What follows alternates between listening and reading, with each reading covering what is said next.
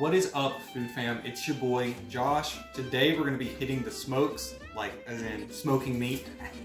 But anyways, I don't know if I like that. But anyways, we're gonna go super simple today. I have a 2-pound chuck roast right here.